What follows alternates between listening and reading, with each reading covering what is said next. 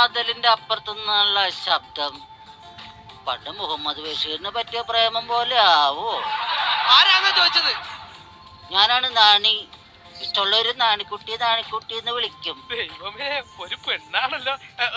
നാണിക്കുട്ടിക്ക് എത്ര വയസ്സായി? എന്റെ ദൈവമേ, എന്താ ചോദിച്ചത്? 1000 രൂപ കടന്നല്ലല്ലോ ചോദിച്ചത്, വയസ്സല്ലേ? എന്റെ ശബ്ദം കേട്ടിട്ട് എത്ര തോന്നിക്കും? ഞാൻ തന്നെ പറയണമെന്ന് എന്താ ഇത്ര നിർബന്ധം? നിങ്ങളെ കൊണ്ട് തന്നെ പറയിപ്പിക്കും. ശബ്ദം കേട്ടാ കുട്ടിക്ക് ഒരു 18 വയസ്സ്. എന്റെ ദൈവമേ, സോറി ട്ടോ, സ്ത്രീകൾക്ക് വയസ്സ് കൂടുതൽ പറയേണ്ടത് അത്ര ഇഷ്ടമുള്ള കാര്യമില്ലല്ലോ. അതുകൊണ്ട് ഒന്ന് കുറച്ച് 17 വയസ്സ്. 17. ദൈവമേ, ഈ പ്രായത്തിൽ എനിക്ക് ഒരാളെ പ്രേമിക്കാൻ പറ്റിയല്ലോ. നാരായണി. നാരായണിയല്ല, നാണി. നാണി, എന്റെ ശബ്ദം കേട്ടിട്ട് നാണിക്ക് എന്ത് തോന്നുന്നു? ഞാൻ എങ്ങനെ ഇരിക്കും? നിങ്ങൾ ശബ്ദം കൊണ്ടാണ് ഇരിക്കണത്. എനിക്ക് നാണിയെ ഒത്തിരി ഇഷ്ടായി. എനിക്കൊന്ന് നേരിട്ട് കാണണമെന്ന് ഭയങ്കര ആഗ്രഹമുണ്ട്. എനിക്കും കാണണമെന്നുണ്ട്. എനിക്ക് വേണമെങ്കിൽ നാണിയെ ഇപ്പോ എന്റെ ഈ ഭൂതക്കണ്ണാടി വെച്ച് കാണാം. ഞാൻ ഈ ഭൂതക്കണ്ണാടി ഈ മതിലിനോട് ചേർത്ത് വെച്ചിട്ടുണ്ട്. നാണി സുന്ദരിയാണോ നാണി? അതെ, ഞാൻ കണ്ടാൽ ഷീലയെ പോലെ ഇരിക്കും. ആണോ? പിന്നെ എന്റെ കവളത്തൊരു മറുകുണ്ട്. മറുകോ?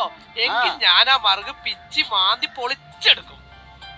മറുക് അത്ര ഇഷ്ടമാണ്. അതുകൊണ്ടല്ല, മറുക് കാണുമ്പോ എനിക്ക് ഉണക്കമുന്തിരി ഓർമ്മ വരും. അതുകൊണ്ടാ.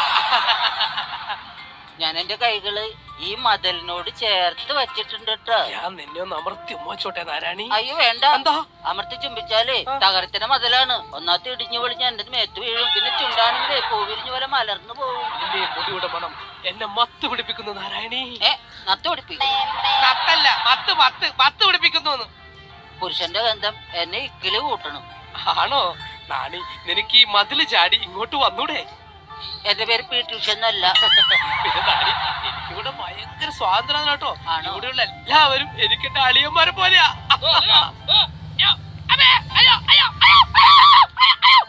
എന്താ ഒരു ശബ്ദം? പട്ടിയെ കല്ലെറിഞ്ഞതാ. കൃത്യം പട്ടിക്ക് തന്നെ കൊണ്ടു. ചേട്ടന്റെ ശബ്ദം കറക്റ്റ് പട്ടര പോലെ തന്നെയാ. അതെയല്ലേ? അപ്പോഴേ നാണി, നാളെ എപ്പോഴാ കാണുക? ഞാനിവിടെ വരുമ്പോ ബഷീറിന്റെ മതിലിനെ പോലെ സംഭവം ചില മുകളിലോട്ട് എറിയാം. അയ്യോ, അതൊന്നും അറിയണ്ട. അതൊക്കെ എറിഞ്ഞു കഴിഞ്ഞാൽ എന്റെ തലയിൽ ഇവിടെ പ്രശ്നമാവും. പറ്റുമെങ്കിൽ ഒരു ഫുൾ ബോട്ടിൽ റമ്മോ ഒരു അര ബോട്ടിൽ വിസ്കിയോ അങ്ങനെ എന്തെങ്കിലും എറിഞ്ഞാ മതി. നാണി, ഞാൻ ഒന്നുകൂടി ഒന്ന് മോച്ചോട്ടെ.